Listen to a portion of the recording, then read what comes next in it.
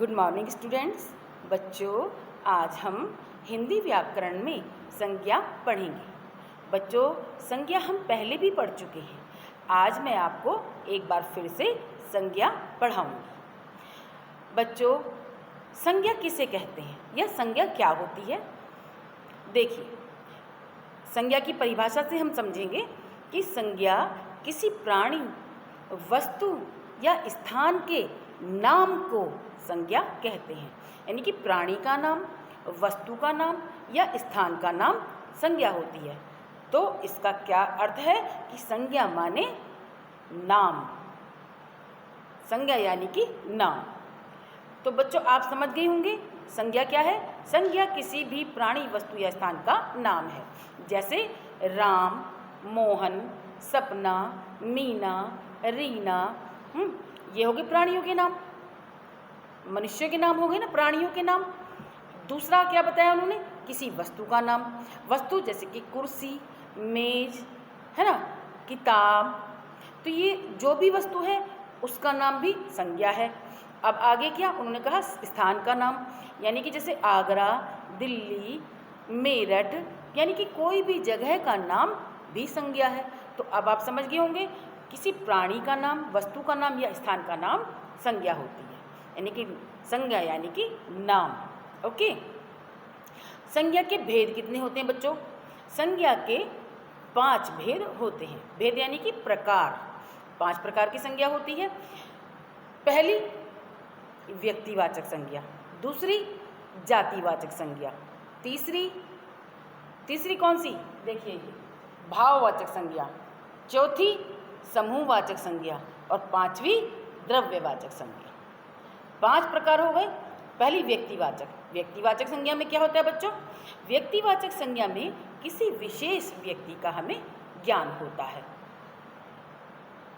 English में बोलेंगे proper noun. Proper एक उसी व्यक्ति का हमें बोध हो जाएगा जिसका हम नाम ले रहे हैं। ठीक है।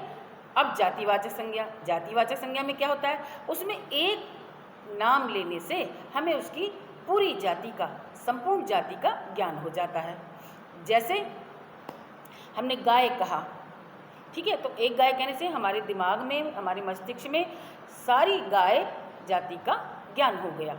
हमने पक्षी कहा, पक्षी कहने से हमें उड़ने वाले जो आसमान में उड़ते हैं उन पक्षियों का ज्ञान हो गया। विशेष किसी एक को नहीं कहा हमने कि कोयल कहा या मैना कहा या तोता कहा, स्पेशल एक को नहीं कहा। या तोता, मैना, कोयल, है ना। तो ये भी बच्चों ये जातिवाचक संज्ञा में आ गए। ठीक है। व्यक्तिवाचक में स्पेशल नाम होगा, प्रॉपर नाम होगा, किसी विशेष का, विशेष व्यक्ति का नाम होगा। ठीक है। तो व्यक्तिवाचक में किसी विशेष व्यक्ति का नाम, जातिवाचक में पूरी जाति का ज्ञान होगा, व्यक्तिवाचक से एक उसी विशेष व्यक्ति का ज्ञान होगा। जैसे लता मंगेशकर कहेंगे या मोहन कहेंगे। मोहन एक वही लड़का है मोहन। नाम सब अलग अलग रख सकते हैं पर हम जिस मोहन को कह रहे हैं उसी का ज्ञान होगा। ठीक है। किसी का इसमें क्या आ जाए, किसी का नाम आ जाएगा स्पेशल, कोई महान व्यक्ति आ जाएंगे जैसे नेताजी सुभाष चंद्र बोस, वो एक ही हमारी मस्तिष्क में आ गए। ओके। तो जातिवाचक संज्ञा से संपूर्ण जाति का बोध होता है, व्यक्तिवाचक से किसी विशेष व्यक्ति का बोध होता है। आगे कौन सी हमारी? भाववाचक संज्ञा। भाववाचक संज्ञा से क्या होता है? इससे हमें भाव, इमोशन का ज्ञान होता है। जैसे कौन कौन से? गुण, दशा, अवस्था, भाव आदि का जिनसे हमें ज्ञान होता है वो है भाववाचक संज्ञा। फिर है हमारी समूहवाचक संज्ञा। समूहवाचक संज्ञा में क्या होता है? पूरे समूह का ज्ञान होता है, उससे हमें समूह का बोध होता है। जैसे हम कह देंगे ये अंगूर का गुच्छा, गुच्छे में बहुत सारे अंगूर होते हैं, है ना। तो ऐसे ही परिवार में काफ़ी सारे सदस्य होते हैं, मेंबर होते हैं। ऐसे हम क्लास भी कह सकते हैं, क्लास में बहुत सारे स्टूडेंट्स होते हैं, बच्चे होते हैं, विद्यार्थी होते हैं।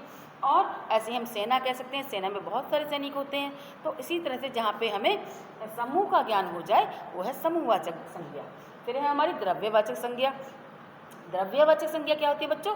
इसमें कोई भी वस्तु ऐसी वस्तु होती है जो मापी जा सके या तोली जा सके। जैसे देखो बच्चों, हम पानी को माप सकते हैं, दूध को माप सकते हैं, तेल को माप सकते हैं और गेहूँ जैसे गेहूँ को हम तोल सकते हैं। तोलने वाली चीज़ें और मापी जा सकने वाली चीज़ें द्रव्यवाचक संज्ञा में आती हैं। अब एक बार हम चार्ट के माध्यम से समझते हैं बच्चों कि किसी व्यक्ति, वस्तु, स्थान या भाव के नाम को संज्ञा कहते हैं। साफ बता दिया उन्होंने, व्यक्ति का नाम, वस्तु का, स्थान या भाव का नाम क्या है? संज्ञा है। नाम ही संज्ञा है, नाम माने संज्ञा।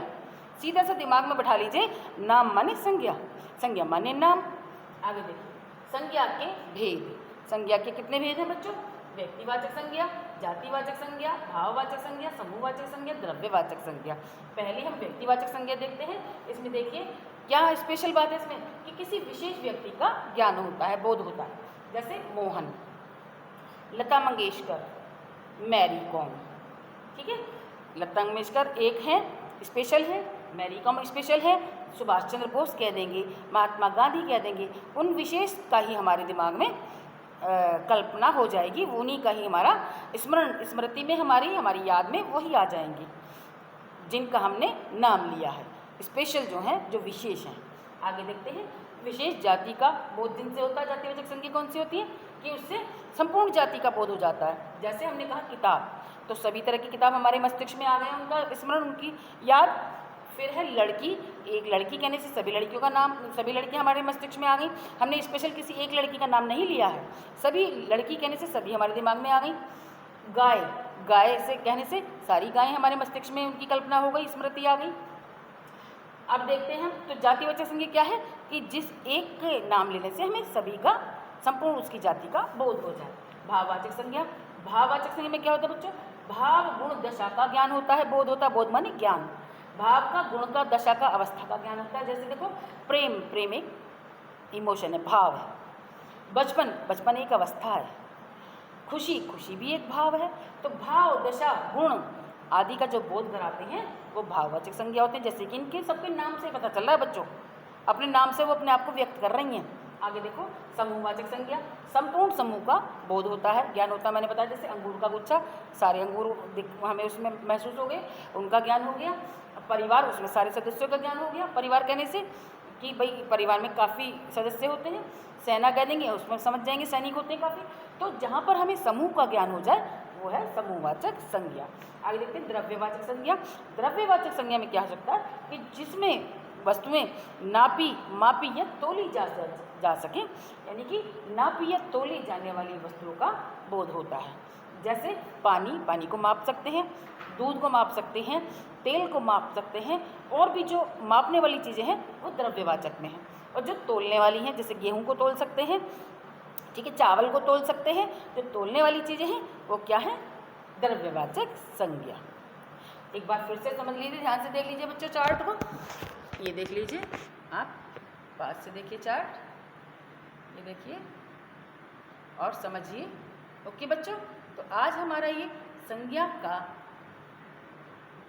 पाठ पूरा होता है। ओके।